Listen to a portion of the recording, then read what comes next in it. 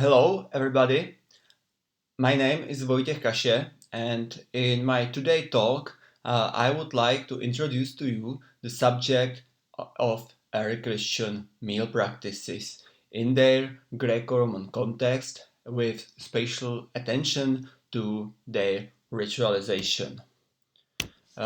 First of all, I would like to say something about recent scholarship on early Christian meals because it changed the perspective on it uh, almost completely uh, against what was common in the scholarship 30 years ago or so, and what might be common also in popular uh, awareness of early Christianity. After that, I would like to stress the aspect of how were the early Christian meals shaped by their Greco-Roman context. And I would like to introduce to you the most important early Christian sources which focus on meals or which offer us some information about early Christian meal practices. Almost finally, I would like to say something about how these early Christian meals were ritualized over time. How it happened that the early Christian meals developed from almost ordinary religious banquets into what we know today as the Eucharist or the Lord's Supper. And then I hope we will have some time for discussion. So, on this list, you can see the most important books from last 20 years or so on the history of early Christian meal practices. These books revolutionized our picture somehow of early Christian history. Uh, it was because they focused on early Christian meal practices not only in respect to their Jewish origins, but especially with the Greco-Roman context in mind. Uh, Most of these scholars were active as members of specialized seminar, of specialized set of conferences dealing with meals in the Greco-Roman world. So, what we know about meals in the Greco-Roman world? We know that in minds of ancient people in the ancient Mediterranean, there was the ideal meal occurring in the setting of the room called triclinium, according to lying seats, three lying seats around this room. Uh, in addition to that, uh, the meals or the banquet as a whole had typical the common structure. There was a dinner at the beginning, uh, called deipnon in Greek, followed by a ritualized libation, pouring of a wine in the name of a deity, followed by a symposium, which was typically accompanied by specific program. And as these previously mentioned scholars emphasize, we have some evidence which support the hypothesis that the basic customs tended to be the same throughout the Mediterranean world during this period, during the period of emerging Christianity. So on this picture you see the room called triclinium, and you can see there also some persons which accompany the symposium with some particular programs. You can also imagine or have in mind the dialogue symposium by Plato, which also follows this general structure, even comes from the earlier period. What we see in the Hellenistic period, in the later period in which Christianity emerged, is actually that this ideal of symposium meals was popular also among other lower levels of Roman society. And what we also know is the fact that there were many different kinds of meals which follow quite similar patterns. We don't have to focus on early Christian meals and the philosophical banquet, for instance. We should be aware of the fact that there were Jewish festive meals, everyday Jewish meals, sacrificial meal, Christian Eucharist, Christian agape, and that all these meals followed this common banquet tradition with these ideals of the space and of the order. Why is this perspective important for the study of early Christianity and Christian origins? Especially one scholar, Holtoisik, came with a programmatic claim saying that at the beginning of Christianity there was a meal. A short quotation might be quite instructive in that respect. A primary way first century Christians spent time together was at meals. There they made decisions together about their inner workings and their relationship to the broader world. Meals were the place where they thought and learned together, and where they worshipped, prayed, and sang their song together. This was the time that they had arguments, sorted out differences, went their own ways, and reconciled with one another. It was a central community event. These meals provided the primary experiential evidence for those who opposed them, those who dropped in for visit, and those who were curious about them. Another scholar, Andrew McGowan, came with what he called seven theses on Eucharistic origins. For us, here are important only few of them. First is the third one on concerning the nomenclature. We should be aware of the fact, as I mentioned, that Lord's Supper was not a name for early Christian banquets, as might be thought sometimes. Further, we should be also aware that the words of Jesus, which he taught during the Last Supper, that this is my body, this is my cup of my blood, actually were not the original forms of Eucharistic prayer, but were interpolated in the 3rd century or even further later.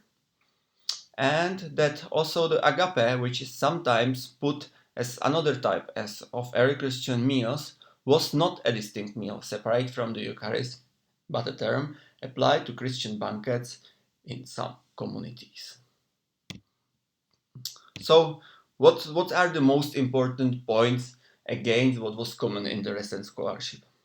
There was especially the idea that actually what we have in early Christian sources, the narratives about early Christian Last Supper, Jesus' Last Supper, follow general Jewish patterns. There's a lot of problems because we've almost no evidence for actual Jewish meal practices in Palestine during this period. Further, there is no reason to expect that such practices followed a generally widespread pattern. And finally, it appears that Jewish festive meals in Palestine were greatly influenced by Greco-Roman norms too. Another problematic assumption of the older scholarship was that the actual Eucharist had dual origins. That there was a tradition following the Last Supper of Jesus, what might be the proper Eucharist, and that there was also the tradition of other festive meals of early Christians for which the term agape was used. But instead of that, it seems that there was instead a mixture of all of that, and that some traditions called the Eucharist something what other communities would call the Eucharist. So these ideas have almost no historical background. Let's turn to the most important sources. First source we have to mention is Paul's first letter to the Corinthians. It's actually the document from the early 50s, from the 50s of the first century, and that means one of our earliest sources on Christianity in general. Here we read when Paul discuss the issue of the actual meal practices in Corinth.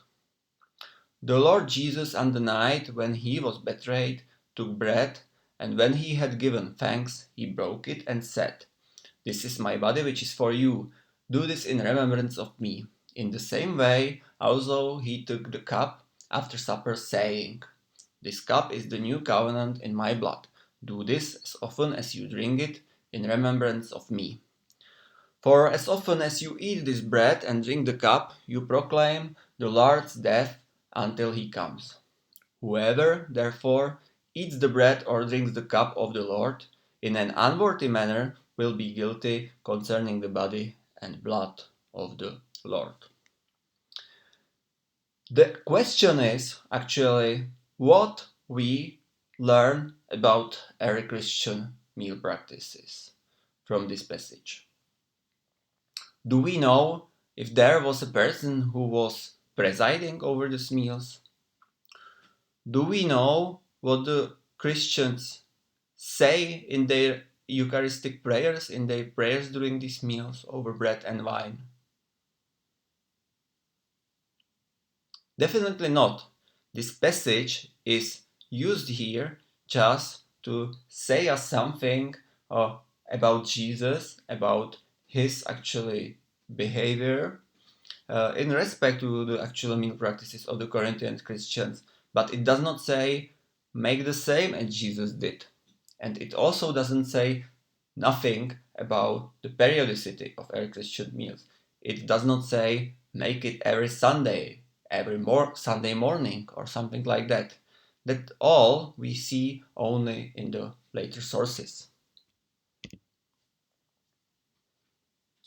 There are many other passages in the New Testament, and there might be also discussed by Risto in his part of today's teaching. There is there are these stories on feeding of the multitudes. From our perspective, it might be important to emphasize that instead of focusing actually on what these passages uh, in the New Testament say us about actually what Jesus did with his followers, with the apostles, they might reflect something about what did the Christian communities from which came the offers of the Gospels. In this case, the offer of the Gospel of Mark. Uh, because we can evidence here something like projection of the offer of the Gospel of the contemporary practices of his time into the time of Jesus. And that might be the case, especially when we read here that Jesus said a blessing and broke the loaves and gave them to the disciples. Because here we evidence the pattern which is very common in many passages on early Christian meals from this early period.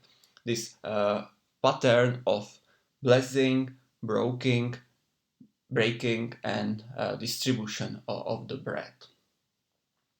Uh, what other meals of early Christians do we evidence in the New Testament?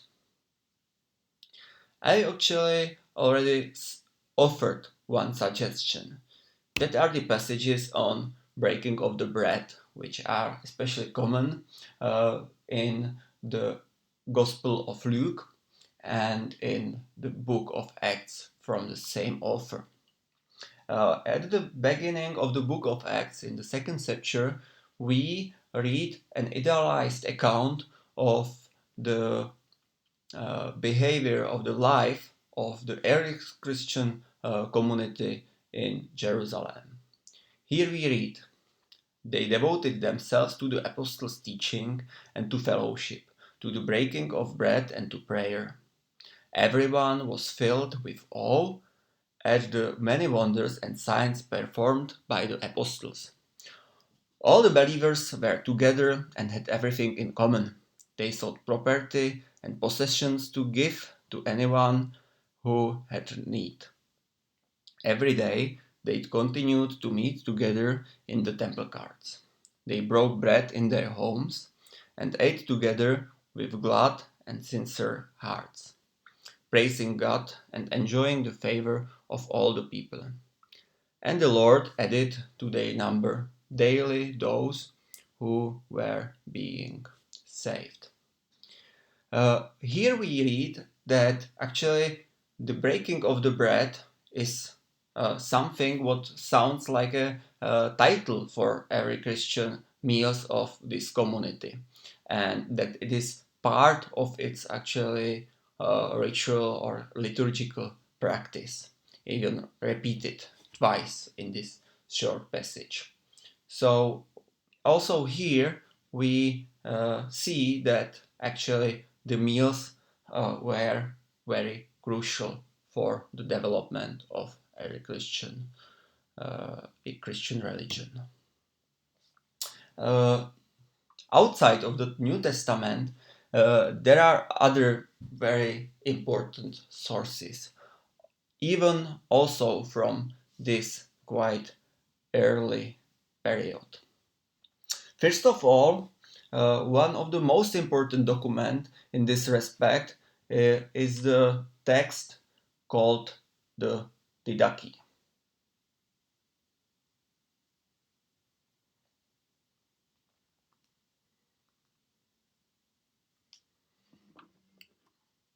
In the Didache, we actually read about particular prayers over the food which and are which is called the meal is called the Eucharist. The author writes that regarding the Eucharist, give thanks like this. Then what follows is instruction what actual word should be used regarding the cup, how it should be said the blessing over the cup, and what should be said regarding the broken bread. And there is also a prayer which should be said actually after the meal itself. What is quite surprising fact is that in this prayer there is nothing said about Jesus' death and as a salvific event. That's very surprising that because we commonly assume that the Eucharist has something to do with Jesus' Last Supper, that it was actually institutionalized during Jesus' Last Supper. But this documents from the second half of the first century indicates that there were Christians who feasted their Eucharist without considering that there is any link between the Eucharist and actually Jesus' death. That actually they called it the Eucharist and just consider it festive meals where they thanked the Godfather and Jesus, his servant, for uh, uh, making the word and other things.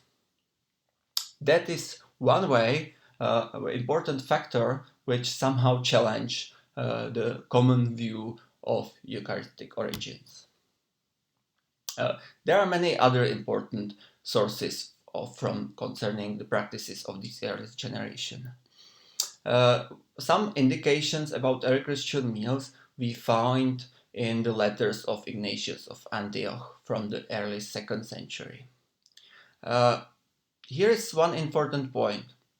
In one of his letters, in the letter to the Smyrnians, Ignatius says, "Let the Eucharist be considered valid that occurs under the bishop or the one to whom he entrusts it."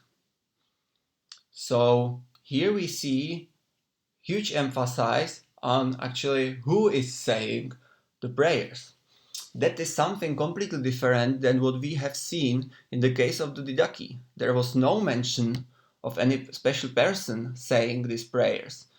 There is something different. There is a rigidity concerning actually what should be said during the prayer. And another important source from the middle of the 2nd century is Justin Martyr and his first apology. In this first apology, he reports actually what the Christians do during the day which they called Sunday. And on the day called Sunday, all who live in cities or in the country gather together to one place, and the memoirs of the apostles or the writings of the prophets are read, as long as time permits. Then, when the reader has ceased, the president verbally instructs and exhorts to the imitation of these good things. Then we all rise together and pray, and as we before said, when our prayer is ended, bread and wine and water are brought, and the president in like manner offers prayers and thanksgiving according to his ability. And the people assent, saying Amen. And there is a distribution to each and a participation of that over which thanks have been given. And to those who are absent, a portion is sent by the deacon. So, what we have here is there is information that the day when the Christian eat is Sunday, something what was missing in the early sources. Here we have a person called president, which is saying the prayer, so responsible for saying the prayer. But in contrast to the Didache, this president, offers the prayers in like manner. So that means this person is improvising in that respect. But also here we see quite complex ritualized pattern of reading from the memoirs of the apostles and other things. So, and last source which we can mention is the apostolic tradition. Actually, this is the source from the late 4th century or maybe even from early 5th century. And what we actually evidence here is that it's the earliest source in which the words of Jesus from the Last Supper, "This is my body, this cup is of my blood," or is the covenant of my blood, are implemented as part of the Eucharistic prayer. With the entire process of saying, the person is saying, "The Lord be with you," and all reply, "and with your spirit." Then the person continues, the bishop continues. Jesus, taking the bread and giving thanks to you, said, "Take, eat, for this is my body, which is broken for you." Likewise the chalice, saying, "This is my blood, which is set for you. Whenever you do this in memory of me." And then the prayer also continues further in this document. But it's for the first time when we have the Eucharistic prayers which actually implement these words of Jesus as a part of it. Today, most Christian denominations use this in some place during the uh, liturgy, during the ritual meal called either the Lord's Supper or the Eucharist. So we evidence here increasing ritualization of early Christian meals. In the Didache, we evidenced the emphasis on the fixation of the prayers. However, there was no reference to the Last Supper tradition, what was quite interesting. In the letter of Ignatius, we might see the introduction of the ritual specialist required for pronouncing the prayers. Uh, in Justin, for the first time, we evidence the rigidity concerning the timing of the ritual meal, that the emphasis of the mention of Sunday. And in the apostolic tradition, we saw the words of institution as a part of the prayer.